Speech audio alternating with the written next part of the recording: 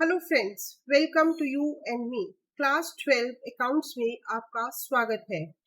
पिछले लेक्चर में हम लोगों ने नॉन प्रॉफिट ऑर्गेनाइजेशन की कुछ पेक्युलर आइटम्स के बारे में बात की थी, जैसे कि इंडोमेंट फंड, इसी तरह से हमारा था स्पोर्ट्स फंड, इसी तरह से हमने बात करी थी रिफ्रेशमेंट एक्सपेंडिचर्स की, सब्सक्रिप्शन की। तो कुछ जो बार बार हम यूज करते हैं नॉन प्रॉफिट ऑर्गेनाइजेशन में और उनके अकाउंटिंग ट्रीटमेंट क्या होंगे, इसके बारे में हमने बात करी थी।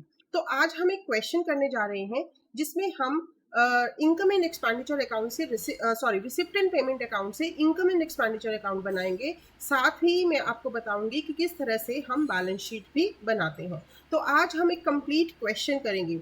पेक्यूलर आइटम से पहले वाले लेक्चर में मैंने सिर्फ आपको बताया था कि किस तरह से रिसिप्ट और पेमेंट अकाउंट से हम इनकम एंड एक्सपेंडिचर अकाउंट बनाते हैं। आज हम दोनों चीज़ें सीखेंगे कि किस तरह से इनकम एंड एक्सपेंडिचर अकाउंट बनाया जाता है और किस तरह से हमारा जो है बैलेंस शीट प्रिपेयर की जाती है।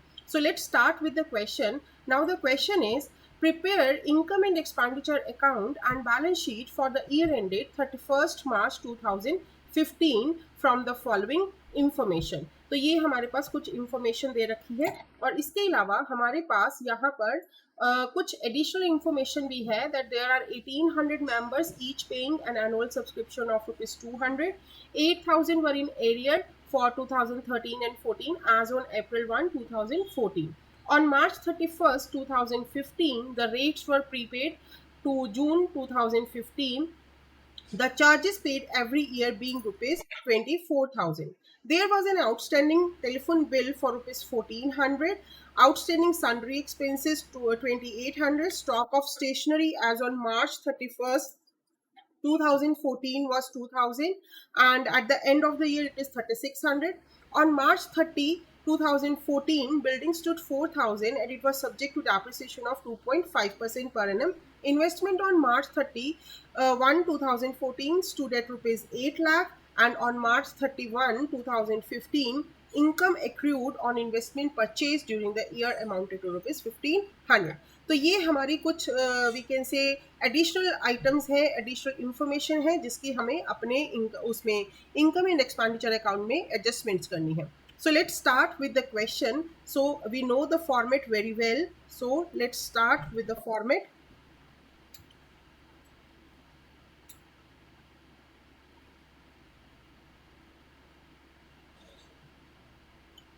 So first of all,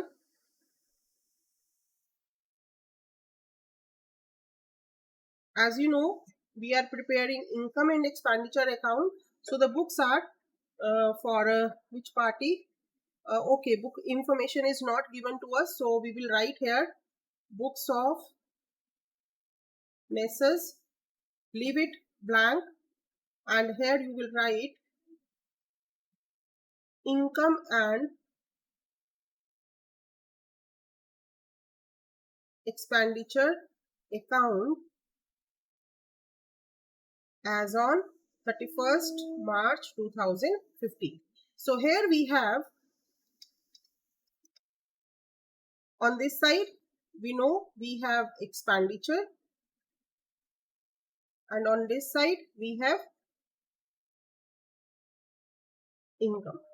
Amount in rupees, amount in rupees. So first of all, I'm going to take the expenditure side. So start with the expenditure. First of all, it is given to us salary and wages. So to salary and wages. Now salary and wages is given us to 83,200. Now we have to look at that where we have any kind of adjustment or not. No, any kind of adjustment is not given to us. So we will write for the current year. No, you have not to take the last year. We have to take for the current year. It is 83,200.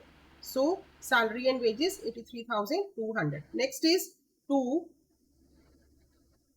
sundry expenditure. Now sundry expenditure is 3700, and we have, I think, yes, we have fourth number like transaction, that is on there was on outstanding sundry expenses as on 31st March 2014, total rupees 2800. So it is like we can say it is last year outstanding. So what we have to do, we have to deduct it. So 37,000 less outstanding. I hope you remember कि अगर पिछले साल की outstanding होती है तो उसको हम क्या करते हैं, माइनस करते हैं, और अगर इस साल की आउटस्टैंडिंग होगी तो उसको हम क्या करेंगे, ऐड करेंगे. So 2800 is going to be deducted from 37,000. So total is 34,200. Next is freehold land. This is the item of balance sheet, so it will go to the balance sheet. Next is stationery. 2 stationery, and we have the stock of stationery as well as closing stock and opening stock. So stationery is 16,000. Add opening stock, which is given us this is given us 2,000, 18,000, and less closing stock, which is of rupees 3,600. So if you add less it, then it will be an amount of rupees 14,400.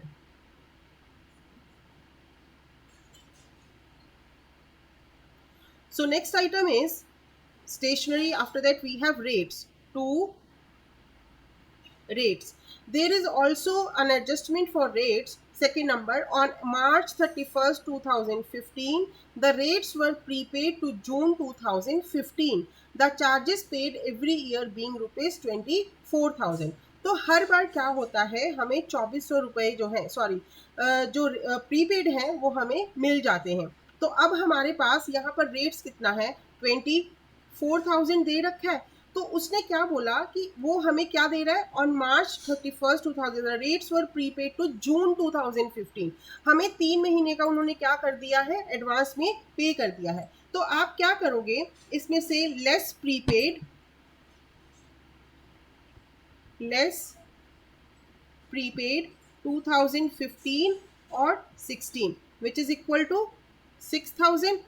अगर मैं इसको 12 से divide करूं तो 2,000 रुपये पर महीने आ गए. 3 महीने का हो गया, मार्च, अप्रैल, मई एंड जून. तो यहाँ पर ये कितने महीने का आ गया, 3 महीने का आ गया. तो यहाँ पर ये आ गए 18,000. और जो पिछले साल की प्रीपेड थी उसको मैं क्या करूंगी, ऐड कर दूंगी. So add prepaid for year 2014 and 15 which is equal to 6,000. तो यहाँ पर टोटल अल्टीमेटली कितना आना था मेरा, 24,000 ही आना था. तो इस तरह से आप इसकी एडजस्टमेंट जो है वो दिखाओगे. Next is refreshment expenditures. Refreshment expenditures से रिलेटेड अगर आप देखो तो यहाँ पर कोई एडजस्टमेंट है, no, there is no adjustment to refreshment expenditure which is equal to 37,500. Next is telephone charges. To telephone charges, this is equal to we have an outstanding, so telephone charges is given as 4,000. so here you have to write 4,000, add outstanding, so telephone bill is outstanding of rupees 1,400, so it will come out to be 5,400. Investment 2,50,000. Audit fee audit fee 6,000. so ये हो गई हमारी expenditure side जो हमने note down करनी थी. अब इसके अलावा उसने हमें, यहाँ पर तो सारी आइटम्स हमारी खत्म हो गई. अब इसके अलावा उसने बोर्ड रखा है कि आपका बिल्डिंग जो है उसके ऊपर डेप्रिसिएशन है. सो डेप्रिसिएशन ऑन बिल्डिंग, तो अगर आप इसके ऊपर निकालने की कोशिश करोगे डेप्रिसिएशन ऑन बिल्डिंग, तो मैं थोड़ा सा और नीचे आ जाती हूँ. यहाँ पर हम बना लेते हैं एक वर्किंग नोट. तो डेप्रिसिएशन जो है बिल्डिंग कितने की है हमारी, 4 लाख की. तो 4 लाख के ऊपर अगर आप 2.5% के हिसाब से डेप्रिसिएशन निकालोगे तो ये कितना आ जाएगा, 10,000. तो यहाँ पर 10,000 रुपये मेरी क्या आ गई, डेप्रिसिएशन आ गई. सो ये होगी मेरी expenditure side. Now come to the income side. So income side में अब हमारे पास यहाँ पर सबसे पहले आइटम जो दे रखी है वो क्या है, सब्सक्रिप्शन। सो बाय सब्सक्रिप्शन। अब यहाँ पर थोड़ा सा आपको समझना पड़ेगा। वैसे मैं यहाँ पर 3,37,600 लिखूंगी, लेकिन देखो सब्सक्रिप्शन,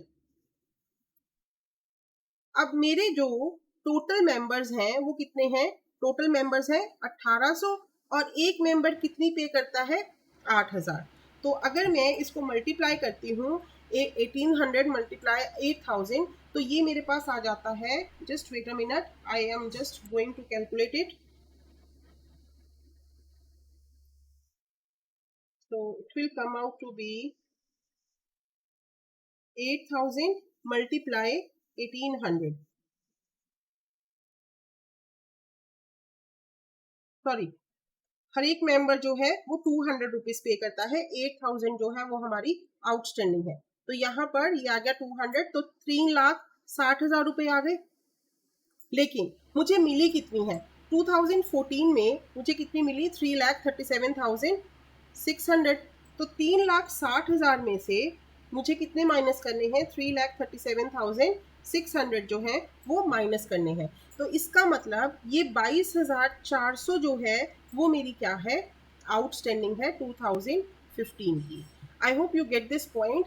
अगर आप यहाँ पर देखोगे क्वेश्चन में, तो यहाँ पर क्वेश्चन में आपको सब्सक्रिप्शन 2014-15 की कितनी बता रखी है, 3,37,600, लेकिन हमारे पास आनी कितनी चाहिए थी, 3,60,000। तो इसका मतलब 22,400 हमारी क्या हो गई, आउटस्टैंडिंग हो गई।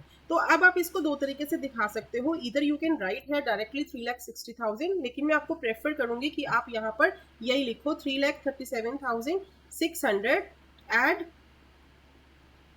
आउटस्टैंडिंग 22,400। तो आपने इसको कितने का शो करना है, 3,60,000 का, क्योंकि ये हमारी इस साल की इनकम है।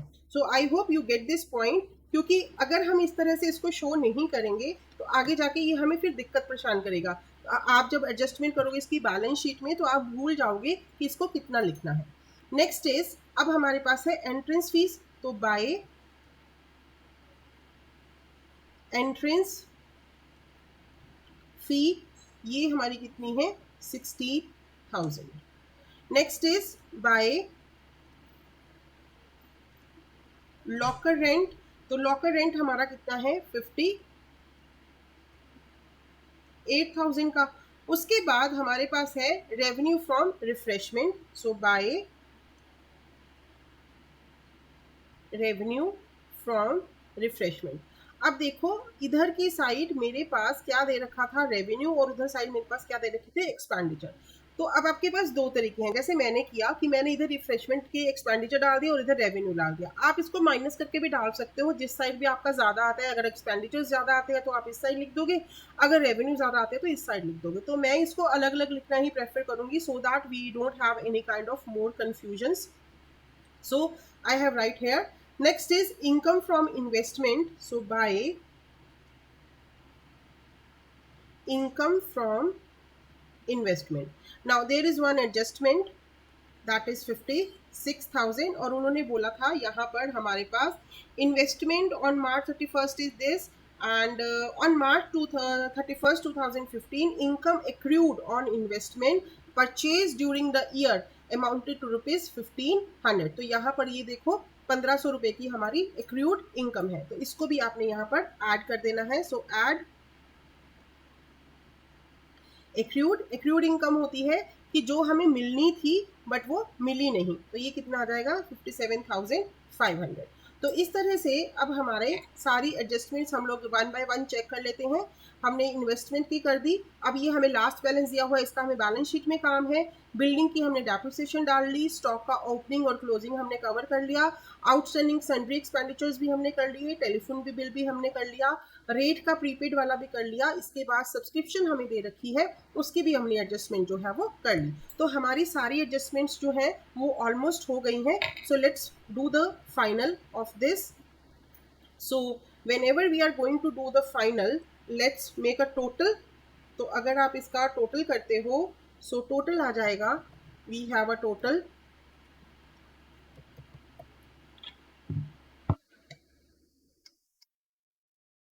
3,36,000 sorry 3,60,000 plus 16,000 plus 58,000 plus 48,000 plus 57500।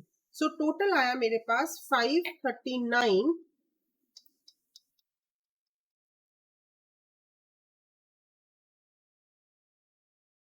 5,39,500। तो अब यहाँ पर आप लिखोगे 5,39,500, make a total of this, and यहाँ पर हम लिखेंगे to surplus transfer to capital fund. Okay, so यहाँ पर अगर मैं इसको टोटल करती हूँ तो let's start with the total. Total is 83,200 plus 34,200 plus 14,400 plus 24,000. Next is 37,500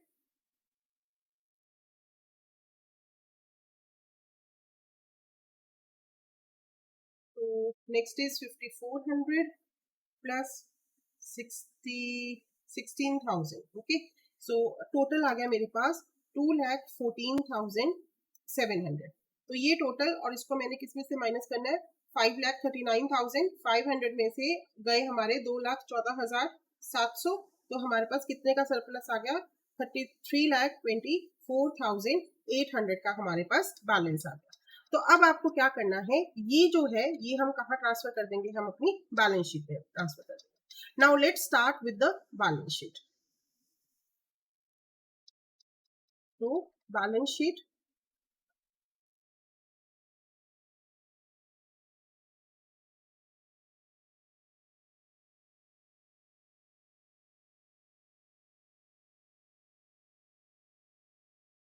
balance sheet as on 31st March 2015। इधर आपको पता है कि आपकी होती हैं लाइबिलिटीज और इधर होती हैं हमारी असेट्स। सो यहाँ पर amount and amount. So let's start with the balance sheet. Now, balance sheet is given to you. We have to start with our balance carried down of the cash. तो मैं यहाँ से शुरू कर रही हूँ। तो यहाँ पर सबसे पहले आप लिखोगे कैश एंड बैंक बैलेंस। तो मेरा कितना है, 53,300 का। ओके, नेक्स्ट इज, अब और इसमें देखो आपको क्या दे रखा है, फ्री होल्ड लैंड दे रखा है। तो मैं यहाँ पर क्या डाल दूंगी, फ्री होल्ड लैंड, जो कि मेरी कितने की है, 60,000। ओके, इसके अलावा मेरे पास यहाँ पर इन्वेस्टमेंट है, जो उन्होंने बोली investment on March 31st 2015 stood at ₹8 lakh, अब कितने की है, 2,50,000 की। तो यहाँ पर आप लिखोगे इन्वेस्टमेंट, तो मेरे पास शुरू में वो कितने की थी, 8 लाख की। ठीक है जी। अब इसके बाद यहाँ पर जब आप और बात करोगे तो ये कितनी हो गई इन्वेस्टमेंट, एडिशंस कितनी हुई मेरी, 8 लाख की थी एडिशन, मतलब कि यहाँ पे मैंने इसको क्या किया होगा, परचेज किया होगा। So addition in investment is 2,50,000।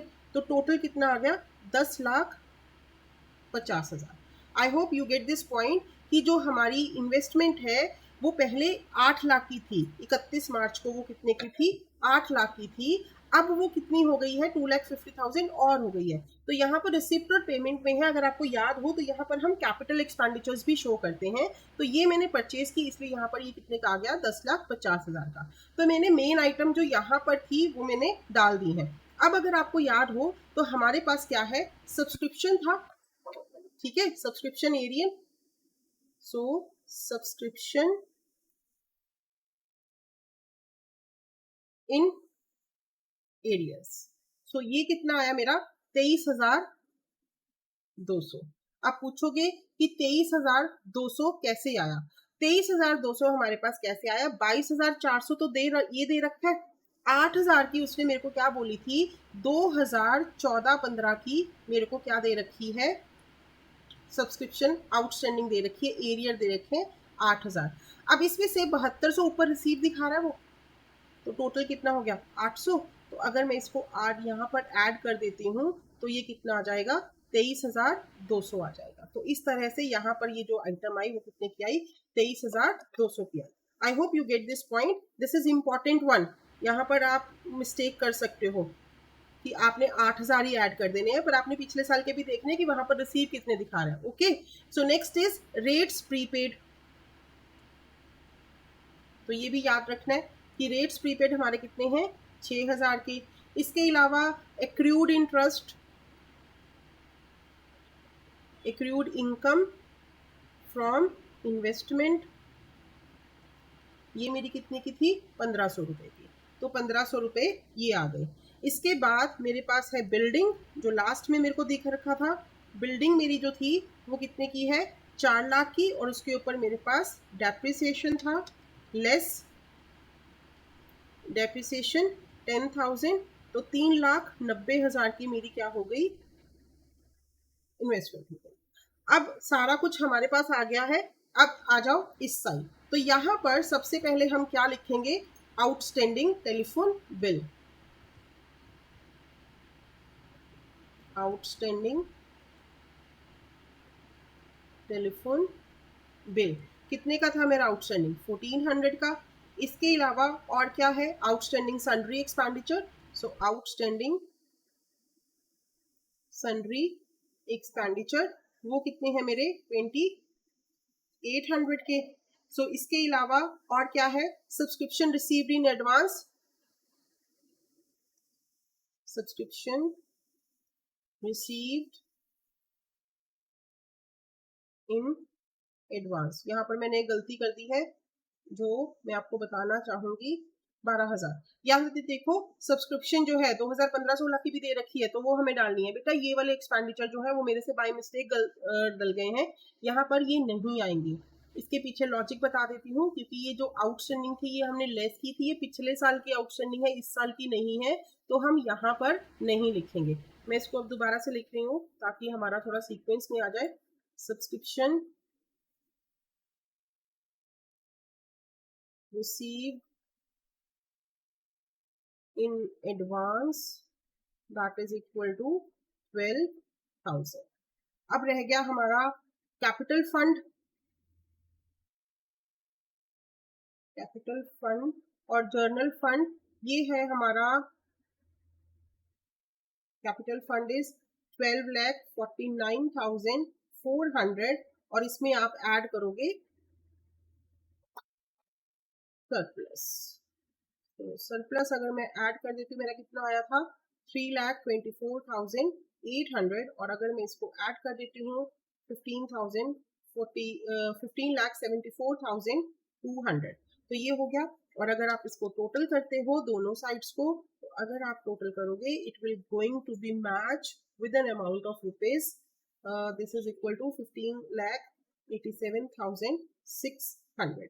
So on this side also 15,87,600.